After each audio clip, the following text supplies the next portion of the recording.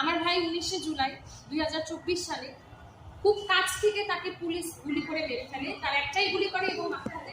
তৎকালীন মেয়র তাপসের সাথে ডিরেক্ট তার ফোন আলাপে সে মোহাম্মদপুর নামটা সে মেনশন করেছে এবং উল্লেখিত আমার ভাই মোহাম্মদপুরেই নূরজাহান রোডের মাথায় গুলিবিদ্ধ হয়ে শহীদ হয়েছে। তো এখানে আমি ডিরেক্ট বলতে পারি যে তার এখানে নির্দেশ ছিল তাকে খুনি কেন বলেছি সেটা আপনাদের সবার সামনে ভিজিবল বলে আমি মনে করি। যেহেতু এতগুলো ছাত্রের হত্যার দায় তার কাছে এবং সে এটা নির্দেশদাতা, অবশ্যই সে খুনি। সে স্বৈরাচার কেন বলেছি, বিগত 17 বছর ধরে যে সৃষ্টি হয়েছে এবং কিভাবে সে নিজেই সকল ক্ষমতা গ্রাস করে বসে থাকার যে চিন্তাটা তার ছিল এবং সেটা সে করেছে, সেটা আপনারা সবাই জানেন, এটাও ভিজিবল। এবং থার্ড, তাকে বলেছিলাম অবৈধভাবে নির্বাচিত সরকার। এটা কেন বলেছিলাম, বিগত 3 বার আপনারা কেউ ভোট দিয়েছিলেন কিনা এটা আমার আপনাদের কাছে প্রশ্ন। ভোট কেউ দিতে পারেন না সেটা। ঠিক আছে, থ্যাংক ইউ।